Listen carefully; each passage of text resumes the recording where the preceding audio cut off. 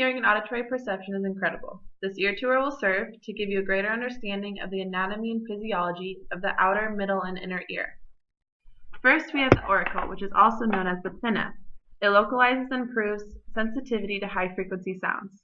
A few of the landmarks of the auricle include the helix, the antihelix, the crura of the antihelix, the antitragus, and the lobule. As we move more medial, we come to the external auditory meatus, which allows air to warm prior to reaching the tympanic membrane. The lateral portion of the external auditory meatus is the cartilaginous portion that houses the sebaceous glands. These sebaceous glands are shown here in blue. They are responsible for producing cerumen, which naturally cleans and protects the ear from dirt and bugs. Cerumen migrates outwardly through jaw movement. The medial 2/3 of the external auditory meatus is the bony portion, which is encased by the mastoid air cells of the temporal bone. Just beyond the medial portion of the external auditory meatus is the tympanic membrane. The purpose of the tympanic membrane is to aid in improving sound transmission to the inner ear by vibrating and causing motion of the inner ear ossicles, which are shown here. There are 3 specific layers of the tympanic membrane. The most lateral portion is covered with epithelial tissue. The central layer is made up of connective tissue that is fibrous. This is the crucial layer that marks the difference between the pars flaccida and pars tensa within the tympanic membrane. The layer is absent within the pars flaccida, making it more flexible. This tough layer is essential for the vibration of the tympanic membrane. The medial layer, which is the mucosal layer, is continuous with the middle ear. More medial to the outer ear is the middle ear, which is also known as the tympanic cavity and is shown in this region right here. This space can be conceptualized as a 6-sided cube with different landmarks originating from certain walls. Within these walls are contained the ossicles, the 3 smallest bones in the body, shown right here. They are responsible for converting the acoustic energy of the sound waves into mechanical energy through their lever action. The bone closest to the lateral wall, just inside the tympanic membrane, is the malleus. Its lateral process and the manubrium make contact with the tympanic membrane, and through the sound vibrations enable it to start the pivot action. The head of the malleus articulates with the head of the incus. Its other landmarks include the long process and the lenticular process, which articulates with the last of the ossicles, the stapes. Its head is connected to the lenticular process, the legs, known as the posterior and anterior crust, and the foot plate, which is connected to the oval window of the medial wall. Other important landmarks to note on the medial wall are the round window, the promontory, which shows the protuberance of the cochlea from the inner ear, and the facial nerve and semicircular canal prominences. The posterior wall contains the additus, which is the opening that leads to the tympanic antrum that contains the mastoid air cells, the pyramidal eminence that houses the stapedius muscle, and the chorda tympani nerve, which controls taste and salivary action. The anterior wall contains the canal of the tensor tympani muscle, the carotid artery, and the eustachian tube, which is especially crucial in the proper functioning of the middle ear, as it helps with aeration and the filtering out of mucus and other wastes. This whole system of the middle ear creates an impedance matching system that actively prevents energy loss of the sound wave during its journey through the middle ear. Just beyond the stapes and the oval window is the vestibule, which is the entryway into the inner ear. The inner ear consists of 2 labyrinths, the bony labyrinth and the membranous labyrinth. Here on this model is a cross-section of the cochlea, which shows some of these passageways. The center part, which is in yellow, is the modiolus, which is the center network of the nerves that communicate with the brain. Each of these small sections of the passageways can be divided by the labyrinths. The bony labyrinth, which is shown here in this picture in the yellow, consists of both the scala vestibule and the scala tympani.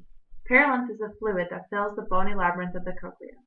The membranes portion, which can be shown here in red, is filled with endolymph and consists of the scala media. As a sound wave moves through the inner ear, it displaces perilymph first in the scala vestibule and moves up the cochlea. Once it reaches the helicotrema, it makes its way back down the cochlea through the scala tympani towards the round window. The round window at the end acts as a pressure release valve and makes it possible for the fluids within the bony labyrinth to move. This displacement of perilymph is imperative to the entire inner ear system. The displaced fluid shifts the position of the Reisner's membrane, which is between the scala vestibular and cochlear duct, and the basilar membrane, which is between the cochlear duct and the scala tympani. The basilar membrane has a tonotopic organization, which shows maximum displacement near the apex for low frequency and maximum displacement for high frequencies at the base of the cochlea. The basilar membrane reacts more to vibrations in the inner ear than do most of the other structures. The organ of Corti, which is the sensory organ of hearing, resides on the basilar membrane within the cochlear duct and readily transmits these vibrations. As the basilar membrane moves up and down, the hair cells within the organ of Corti are sheared by the tectorial membrane. These hair cells improve the frequency specificity of the cochlea. The mechanical energy that is sent and received with the shearing is then transformed into electrical energy. Once the hair cells of the cochlea are stimulated, they send a message through the spiral ganglion cells to the modilus, which then communicates with the cochlear nerve, which is housed within the internal auditory meatus, which sends the message all the way to the brain. The other aspect in which the inner ear communicates with the brain is through the vestibular system. Here are housed the organs associated with equilibrium, balance, and posture, and are surrounded by perilymph and filled with endolymph. These include the utricle, which lies horizontally, and the saccule, which is positioned vertically. Inside these two sac-like structures are the maculae, which are the end organs for the utriculosaccular system. For the utricle, they are known as the macula acoustica utriculi, and for the saccula, the macula acoustica sacculi. These organs consist of the hair cells that attach to the gelatinous layer and are topped with calcium carbonate granulates, also known as otoconia. This system is responsible for detecting linear acceleration, which allows us to perceive change in speed, and for an example, an elevator or an automobile. From the utricular saccular system originates the three semicircular canals, the superior, the lateral, and the posterior. The semicircular canals return back to the utricle into three bulbs known as the ampullae. Each bulb contains its very own end organ similar to the macula, known as the crista. Like the macula, the crista consists of hair cells, the jelly layer, also known as the cupula, and the otoconia. When one's head moves, the semicircular canals are stimulated, and the fluid in the canals deflects the crista cupula, allowing for angular acceleration. This enables us to detect the rate of change of angular velocity.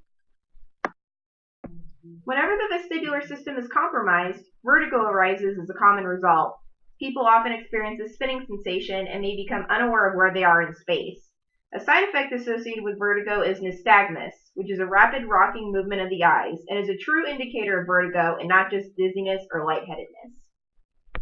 The ear in its entirety allows us to perceive the sounds of our environment and make sense of the acoustic information around us. With our tour at its conclusion, we hope you've gained a deeper perspective into the significance of the anatomy and physiology of the outer, middle, and inner ear.